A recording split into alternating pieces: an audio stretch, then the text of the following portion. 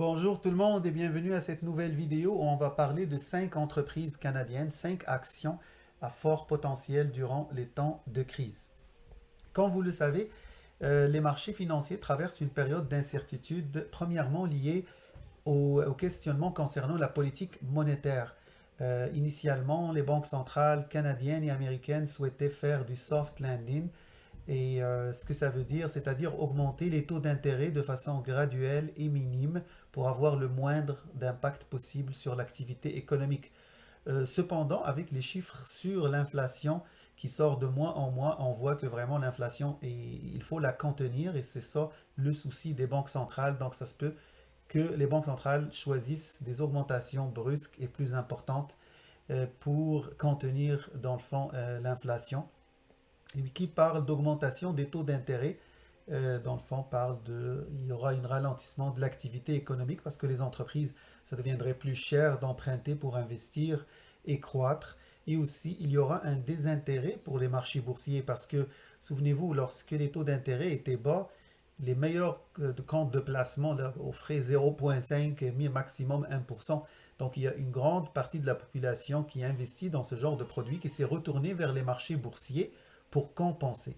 Donc, si les taux d'intérêt augmentent, cette clientèle-là, qui est déjà en partie des investisseurs très conservateurs, ils vont retourner vers les produits à revenus fixes. Ça va avoir aussi un ralentissement ça va avoir un impact sur les marchés boursiers parce qu'on aura moins de monde qui investissent sur le marché boursier, qui sont prêts à prendre le risque.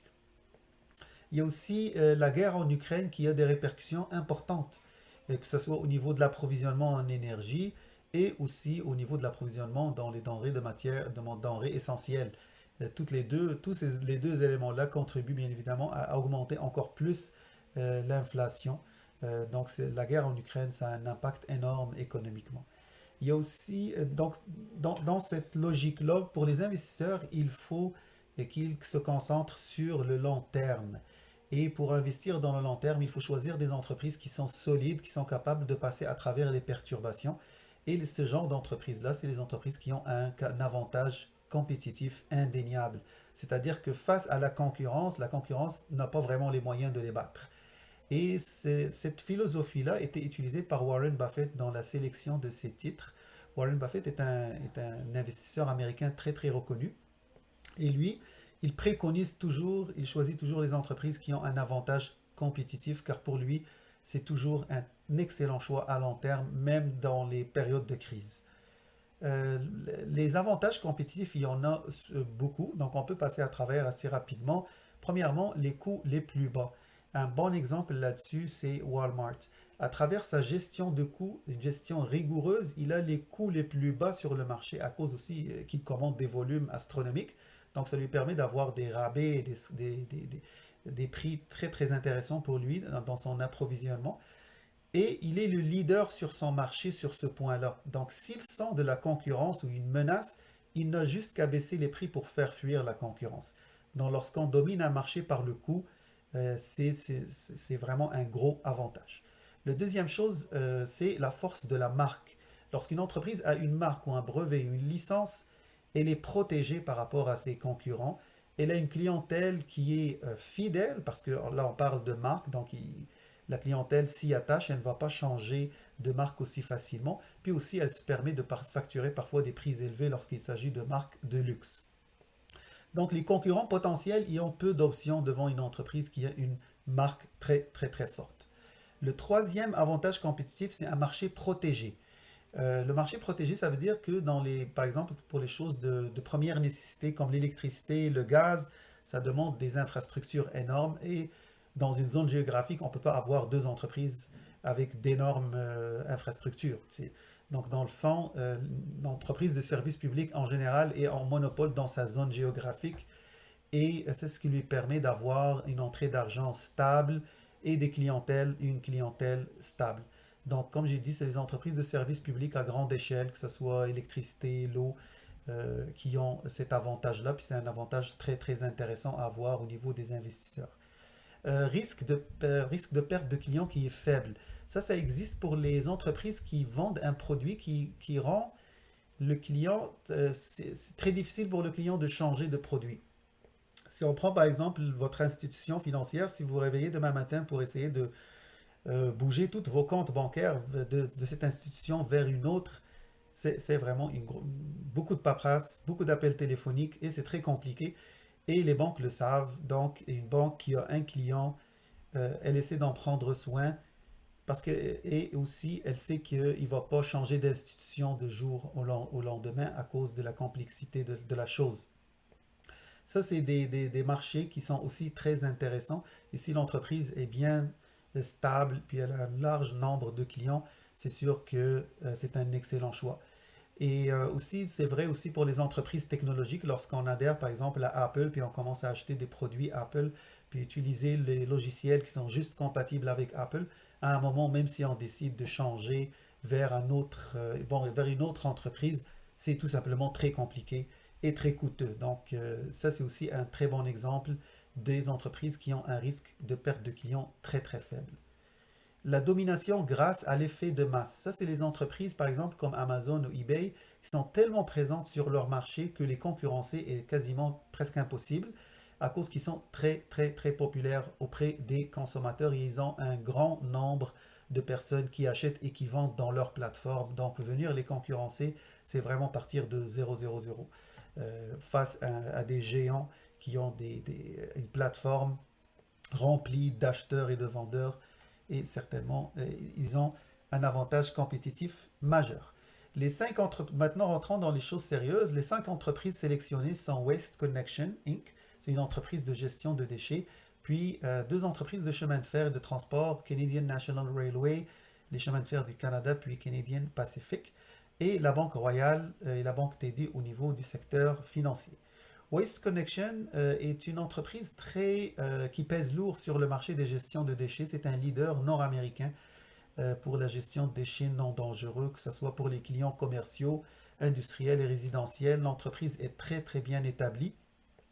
Et la particularité de ce marché-là, c'est que lorsqu'une entreprise est en position de force, comme les Waste Connection, ils ont essentiellement un monopole dans les villes et les villages dans lesquels ils opèrent. En conséquence, les concurrencer est tout simplement très très difficile.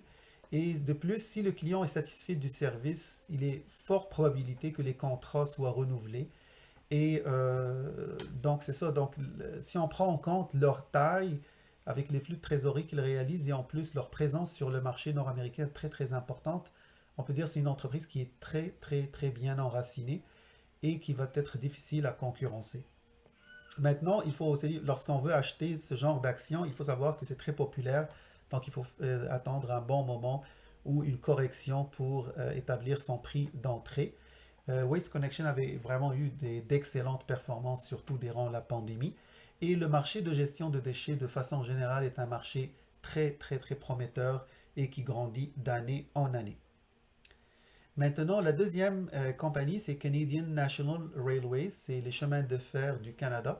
Elle a connu une amélioration significative de son efficacité opérationnelle, c'est-à-dire tous les chiffres, que ce soit opérationnel en termes de gestion de coûts, étaient excellents, ce qui veut dire que l'entreprise est bien placée pour avoir des flux de trésorerie en croissance et des nouvelles recettes qui vont servir à payer des dividendes ou à racheter des actions.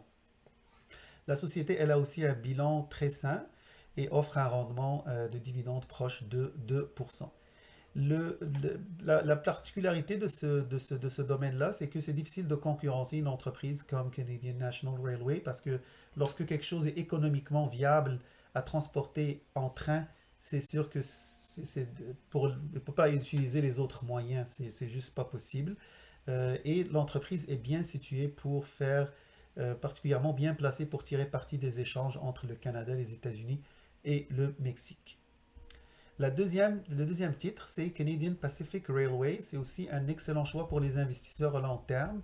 L'entreprise, elle a envisagé une fusion qui lui donnerait accès au marché au Mexique. Cette fusion, c'est avec Kansas City Southern.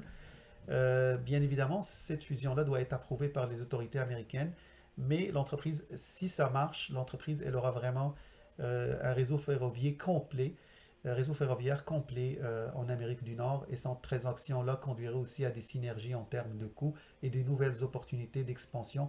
Encore une fois, Canadian Pacific Railway, on ne peut pas du jour au lendemain venir concurrencer une entreprise de transport ferroviaire. Le troisième titre, c'est la Banque Royale. J'en avais parlé dans une ancienne vidéo. La Banque Royale est la banque la plus importante au Canada en termes de capitalisation boursière. Elle possède plusieurs forces, que ce soit un bilan très solide, très bien coté au niveau mondial, même par Global Finance. Elle est bien positionnée pour profiter d'un environnement d'augmentation de taux d'intérêt. Son rendement sur le fonds propre s'est beaucoup amélioré après la pandémie. Avant, il était à 17,6. Il a baissé durant la pandémie, puis elle a repris assez rapidement, qui est bien évidemment exceptionnel pour une banque de cette taille. Il y a aussi son historique d'augmentation consécutive de dividendes. Elle a plus de 10 ans. C'est un dividend aristocrat canadien. Le quatrième, par exemple, pardon, c'est la banque TD. La banque TD est l'une des 10 plus grandes importantes banques en Amérique du Nord. Puis c'est une entreprise qui continue à croître, qui investit aussi aux États-Unis. L'acquisition de First Horizon lui donnerait vraiment plus de marché dans le sud des États-Unis, un marché qui est en expansion au sud.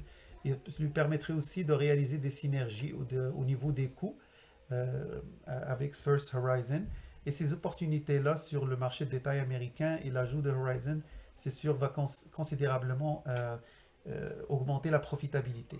Il y a aussi l'élément de 10 ans d'augmentation consécutive de dividendes similaire à Banque Royale. C'est une entreprise très intéressante au terme de si vous êtes un investisseur qui recherche des dividendes et aussi de la stabilité. La Banque TD et la Banque Royale sont très bien établies sur le marché canadien et sont difficiles à concurrencer et je vois mal comment ils vont disparaître à cause d'une crise.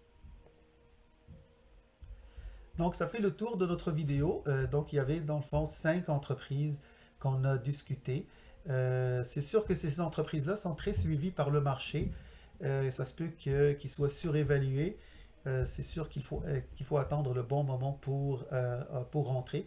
Mais en même temps, si on est vraiment dans le long terme, si on est dans un horizon de 5 ans et plus, puis qu'on fait des rachats assez souvent des mêmes titres qu'on possède, il n'y a pas à ce moment-là un grand... c'est pas si mal que ça, même si on rentre avec un titre un petit peu surévalué. Donc, j'espère que ces 5 entreprises-là, puis les arguments concernant les avantages concurrentiels vous ont plu. Merci d'avoir suivi la vidéo et bonne soirée.